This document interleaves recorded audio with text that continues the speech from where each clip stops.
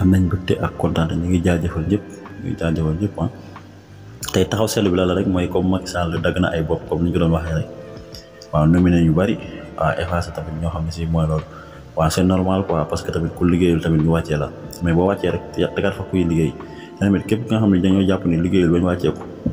dañ def si moom ay audit xool ba xam moom ni mu yoree woon liñ ko dénk normal la wala normal mais sama parti la bokk wala maa ko fal rek bu ma ko wàccee du ma ko xool du ma ko topp lu si dara amaana mën na luubal lu bëri te xam ne si kii ñëw du mën a liggéey ni mu war a liggéey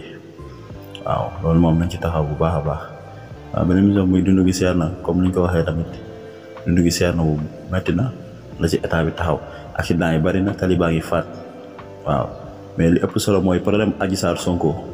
nañ ñu ko réglal benn yoon mu wàcc suñu bopp bi mais tey suba ñi naan complot la ñi naan deal la ñi naan naam na ñi naan nangamul yooyu yëpp après day mujj indi jeexi jaaxa fekkee Sonko moo def nañ ko teg si yoon te Sénégalais xam ne ku def dañu war a teg si yoon fekkee deful nag nañ ko seetal xam ne dañ ko tooñ waaw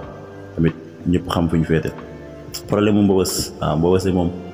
man mi daanaka semaine bi naa ci def lu mat 2 wala 3 yoon ndax des fois damay dem foofu di am lu ma fay liggéey waaw mais